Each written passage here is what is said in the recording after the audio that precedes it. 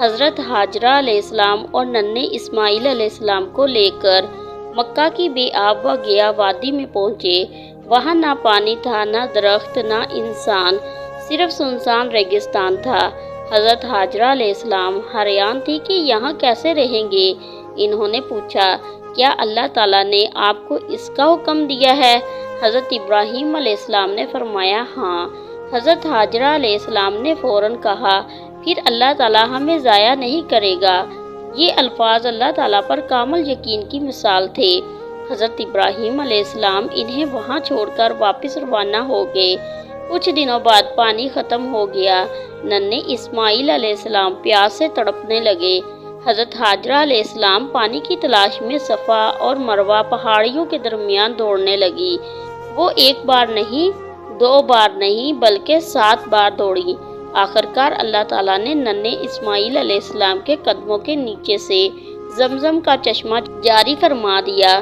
یہاں زمزم آج تک بہہ رہا ہے اور لاکھوں لوگ اس سے سیراب ہوتے ہیں۔ سال گزر گئے۔ حضرت اسماعیل علیہ السلام جوان ہونے لگے۔ اب وہ اپنے والد کے ساتھ چلنے پھرنے اور کام کرنے کے قابل ہو چکے تھے۔ حضرت ابراہیم علیہ السلام اپنے بیٹے سے بے حد محبت کرتے تھے، مگر پھر وہ وقت آیا جس نے ایک باپ کے دل کو ہلا کر رکھ دیا۔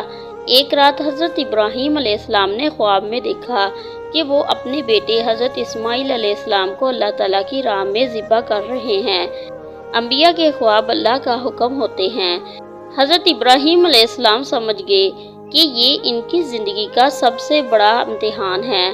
ذرا سوچیں، ایک باپ جس نے بڑھاپے میں بیٹا پایا ہو، جسے برسوں دعاؤں کے بعد اولاد ملی ہو، اب اسی کو حکم دیا جا رہا تھا کہ اپنے ہاتھوں سے اپنے بیٹے کو قربان کر دے، مگر حضرت ابراہیم علیہ السلام اللہ تعالیٰ کے حکم کے سامنے جھک گئے۔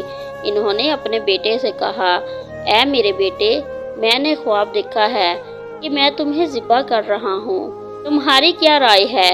حضرت اسماعیل علیہ السلام نے فوراً جواب دیا، اے میرے ابا جان، آپ وہی کیجئے جس کا آپ کو حکم دیا گیا ہے، انشاءاللہ آپ مجھے صبر کرنے والوں میں پائیں گے۔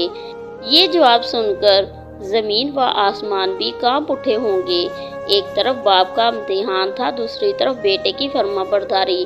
دونوں اللہ تعالیٰ کی رضا کے لیے ہر چیز قربان کرنے کو تیار تھے۔ پھر وہ دن آ گیا۔ حضرت ابراہیم علیہ السلام اپنے بیٹے کو لے کر منع کی طرف روانہ ہوئے۔ راستے میں شیطان نے انہیں بہکانے کی کوشش کی۔ کبھی باپ کے دل میں وسوسہ ڈالا، کبھی بیٹے کو ڈرانے کی کوشش کی، مگر دونوں ثابت قدم رہے۔ حضرت ابراہیم علیہ السلام نے شیطان کو کنکریاں ماریں۔ آج حج میں رمی جمرات اسی یاد میں کی جاتی ہے۔ آخرکار وہ مقام آ گیا جہاں قربانی دینی تھی۔ حضرت اسماعیل علیہ السلام زمین پر لیٹ گئے۔ بعض روایات میں آتا ہے کہ انہوں نے کہا، ابا جان میری آنکھوں میں نہ دیکھیے گا، کہیں محبت آڑے نہ آ جائے، یہ منظر کتنا دردناک ہوگا۔ ایک باپ کے ہاتھ کانپ رہے ہوں گے، آنکھوں میں آنسو بھی ہوں گے، مگر دل میں اللہ تعالیٰ کا حکم سب سے بڑا ہوگا۔ حضرت ابراہیم علیہ السلام نے چھری چلائی، مگر اللہ تعالیٰ نے اسی لمحے پکارا، اے ابراہیم، تم نے اپنا خواب سچ کر دکھایا۔ اللہ تعالیٰ نے حضرت اسماعیل علیہ السلام کی جگہ جنت سے ایک عظیم مینڈھا بھیج دیا۔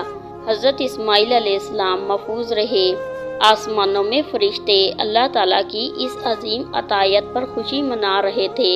اللہ تعالیٰ نے قیامت تک آنے والے انسانوں کے لیے اس قربانی کو ایک عظیم مثال بنا دیا۔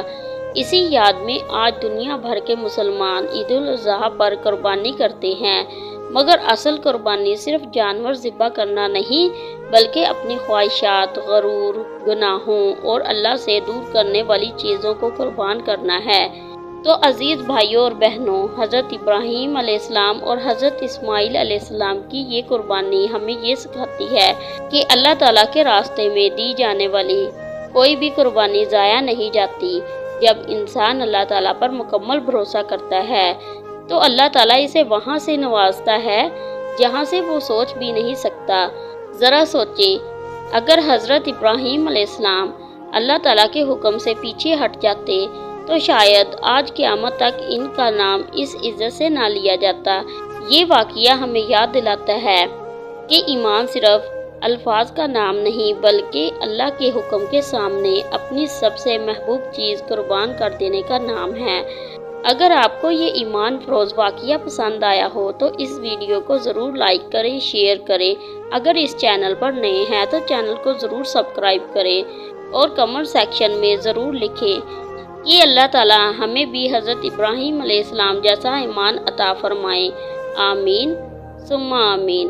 پھر ملیں گے اگلے ایمان فروز واقعے یا موضوع کے ساتھ، تب تک فی امان اللہ۔